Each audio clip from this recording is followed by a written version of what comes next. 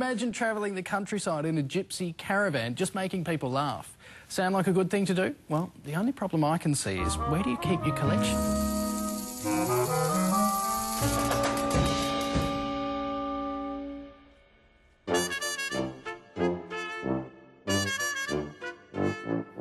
Janet and I have been collecting puppets now for about 20 years.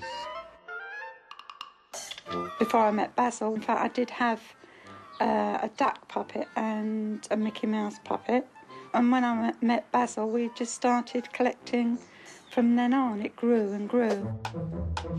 And many of our puppets are the creation of Anne Davis, one of Australia's leading puppet makers and puppeteers. And this is Anne Davis's principal puppet, Amanda the cat, which she performed with in the Tintuckies many years ago. These are our working puppets that we use all the time that we're out on the road. These have had a real old battering. When I was about 11, the war was just over and the world was not as we know it today, and we used to go down to the beach on a Saturday and they used to move the barricades and the barbed wire, and there was a little area that wasn't mined. And there was an old Punch and Judy man, a First World War veteran, and he used to set up his grotty old booth with his scratchy old puppets and do a performance. To me, it was magic.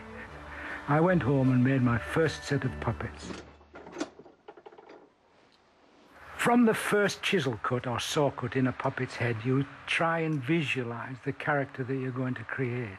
It's a wonderful feeling. You've got to make your own puppets because you can't relate to them otherwise.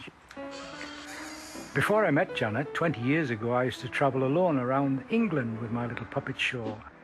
And when I met Janet, we've travelled together the first 12 years of our marriage, all over Britain and all over Australia.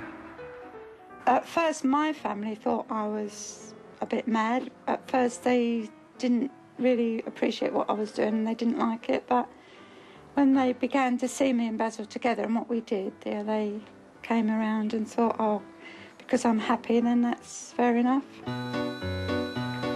Right throughout my life, from the last 70 years, Mr. Punch has been a close woven thread.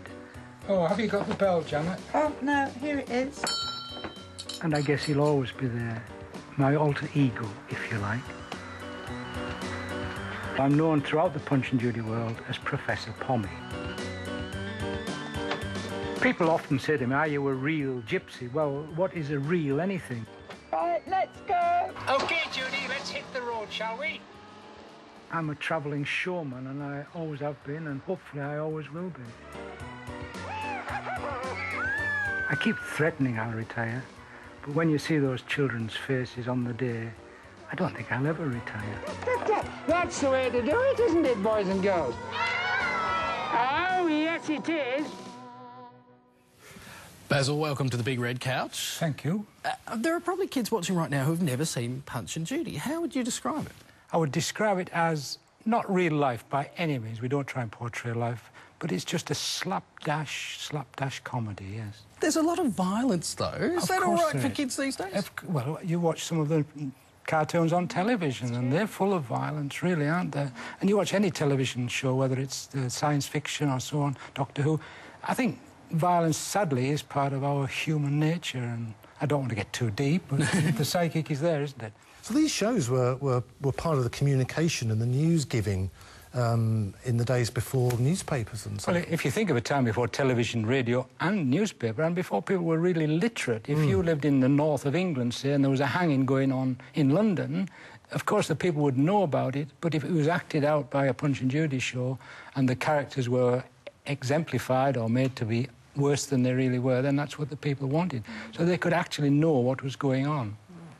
And that's why a lot of the politicians did try and get rid of Punch and Judy, because he was too outspoken. Now, yeah, because, I mean, back in those days, if you said something against the king or against the government, you could be in severe trouble.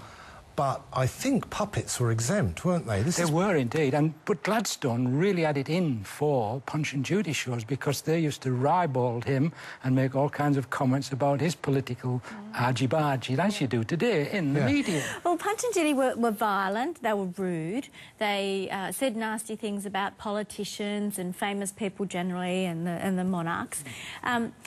Could you get away with that kind of political incorrectness these days, or if you had to modify your show? Only through puppets you can get away with it, but I'd think if I was to stand up and say it as a person, then I would be in real trouble. But he has been modified over the years and is not politically correct.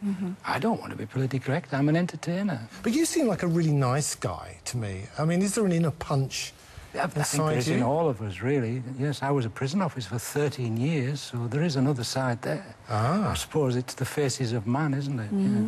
What's going to happen with the collection when you two retire? Well, you've said you're never going to retire, but when eventually it happens... We'll probably offer them to a museum, probably a museum of childhood or something like that, yeah. Look, thank you for coming in and sharing your collection with us. Brilliant. Thank you.